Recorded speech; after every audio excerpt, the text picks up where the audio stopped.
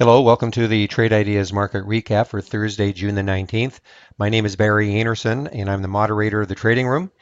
And usually you see this page, but I'm having some difficulties right now, some technical difficulties. So I'll just quickly show this to you. This is the address to get into the room, and you can log in as a guest or use your Facebook or your Twitter account to log in.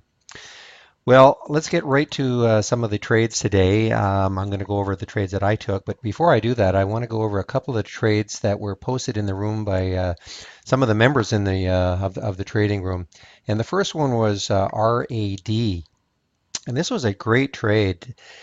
This actually was this is the pre-market right here, and you can see this is where it closed yesterday, and so it had a bit of a pop in the pre-market, and then it got sold off. And the poster, I believe his name, I know his name is Traders Lab. He obviously took a look at the daily chart here, and you can see right here that there's pretty good support at the $7 level.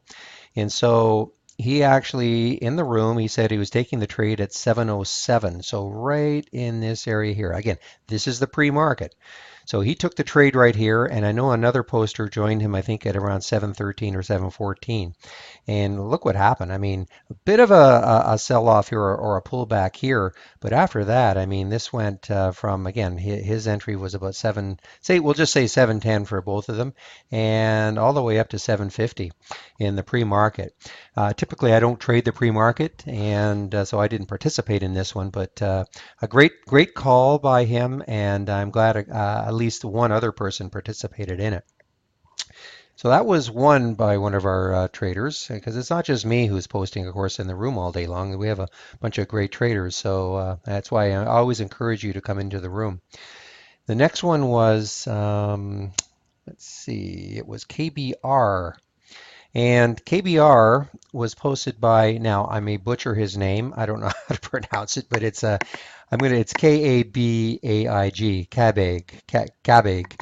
And he posted it around right in this level here at about 210 and took the trade probably around this area. And not, I mean, it wasn't as dramatic as, say, the RAD trade, but it was a pretty solid trade. Again, these are 5-minute candles, and there wasn't a lot of froth. It wasn't like we had a big, sell off here, big red candle, then up and down. So it was a pretty easy trade to keep into, and I think he got out around the 24.50 level. So kudos to both those traders who posted in the room these trades for everyone to have a chance to take. Now, what did I do today? Well, I took UAL, and that was at the very beginning. Sort of broke my rule. Let me just back this out. You can't see what I'm doing. I'm on another screen. But this was from my inside days long, and I haven't taken too many trades of this one yet. This is something that I developed just before I went on vacation, and I'm still monitoring it. But UAL, the trigger was at 43.90, and basically what this is looking for is I do the scan the night before, and I find stocks that have had inside days. So this red candle here is today's red candle or today's candle. This is yesterday, and this is the day before yesterday. So this is Wednesday, and this is Tuesday. And so what I'm looking for is an inside day. So you can see that this candle right here is totally enclosed by the candle before it. So that's why it made my list. There were other criteria that I used, but that's one of the criteria that has to happen. And so the trigger is when the stock goes above the high of yesterday. So the high of yesterday, what I've got here is 43.90. So it had actually, in the pre-market, it had actually gone above that. And I thought it was strong enough that I decided to take it just before the market opened at 44.15. And I exited in one half at 44.40 and the other half on the way down, on the way down from here at 44.44. So again, these are 5-minute candles. So this was a fairly quick trade, certainly within 15 minutes. And again, typically I don't trade the pre-market, and I usually like to wait 15 minutes at least to see before I take a trade. But on this occasion, it just looked strong enough to me that I thought I could have at least a quick trade, and that's exactly what it turned out to be. It certainly wasn't anything that lasted for the day. It was very weak for the rest of the day. So, but again, I continue to monitor this particular strategy and see what comes of it.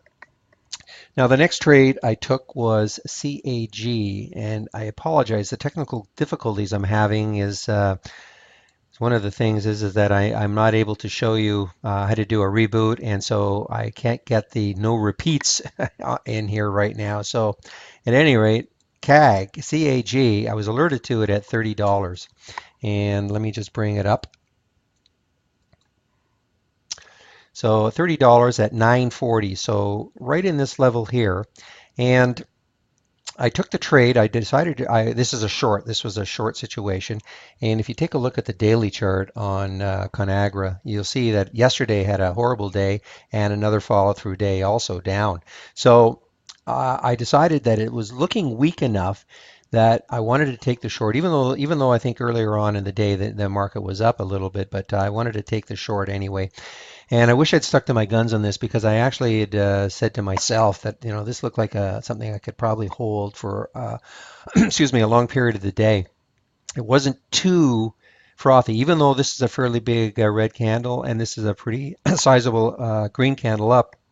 Typically, what I had noticed, excuse me, yesterday, because I traded it yesterday, I think, and the candles were fairly narrow in range. So, when once you're in a trade, that's what you love to see, something like this. You don't want to see whippy up and down because it kind of scares you. When do you exit the trade? So I took the trade, the short at 29.95, and I almost stopped myself out because I took it right here, and you see how it came down, but then it came right back up. And I almost stopped myself out, but I was going to wait till the whole number actually. If it broke through the whole number, I was going to exit the trade, but it didn't. And so I watched it go down here, and then when it came back up and then down again, I decided to exit the trade at 29.76 for a 19-cent gain. I sure wish I had held it. I really thought that this was sort of the action that I thought might happen, but I didn't, and so I had to move on. Now, the next trade was a bit of a scary one, and this was the coach trade. And again, this came from my custom setup. This is a setup that I've had for almost 2 years now, and I have it more as a watch list now. I used to be able to just take the trades and not even think about it, but the strategy doesn't work as well as it used to a couple of years ago, and that's to be expected. But I do notice that it gives me some very good stocks to watch.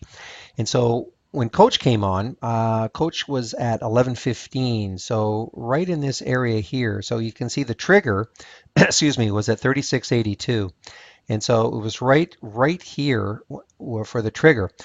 But I wanted to wait on it because it was very, very wild. And I actually was thinking, in fact, I mentioned in the room that maybe we should be playing this as a bounce play.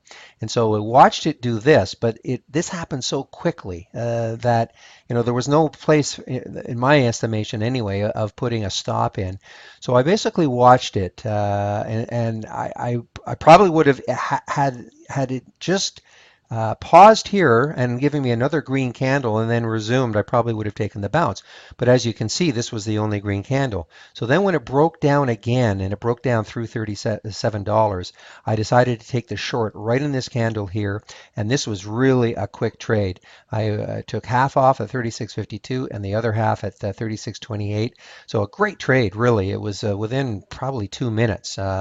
And but it was very, very whippy, and that's why I decided to exit it. Even though it went down afterwards, and yes, I could have held it, but this probably would have taken me out anyway. This green candle, but again, it was a very whippy trade, but one that was, I think, again, it was about 2 minutes I was in and out of it on both halves.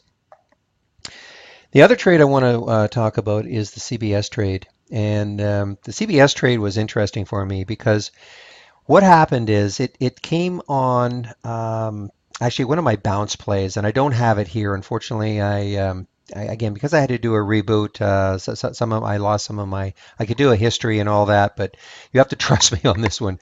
The bounce play, I was alerted to it right at the whole number, right here. Okay, so I saw this action happening right here, and it got the alert at $60.01. I really love to play the bounces around the whole number. But what really intrigued me about it was when I looked at the daily chart. You can see here, this line here, this blue line here is the 200-day moving average. And you can see it hit it once, came down.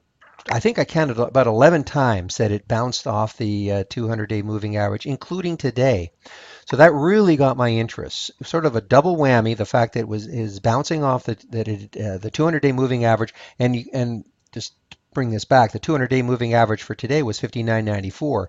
So just a little bit under the whole number. So I got the alert here. It held the whole number, and I actually took the trade the first time right in this area here. I think it was right here. I took it at 60.17. I believe a 60.17. It went up. And then as it was coming down, I exited the trade. Again, today was not a day, at this point anyway, in which there was a lot of follow through we saw. Now, towards the end of the day, we started seeing some follow through. And what I mean by that is the action like this. We saw a lot of choppy action. So we were, taking a look at some of the bounce plays, and yet they weren't bouncing that much. But what I did was, so I exited it here at for pennies. I basically made, I think, 2 or 3 cents. But I decided I was going to watch it. Told the room I was going to watch it, and in fact, I had said that if it got over 60.24, I was looking in this area that I would take the trade. Well, I actually jumped the gun, and I took it at 60.21.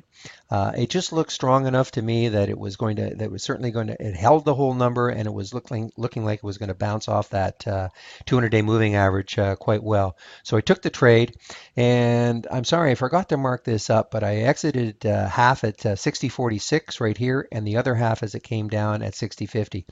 So a nice trade. I'll probably watch this tomorrow, but again, this is one of those ones which, if first you don't succeed, you try again.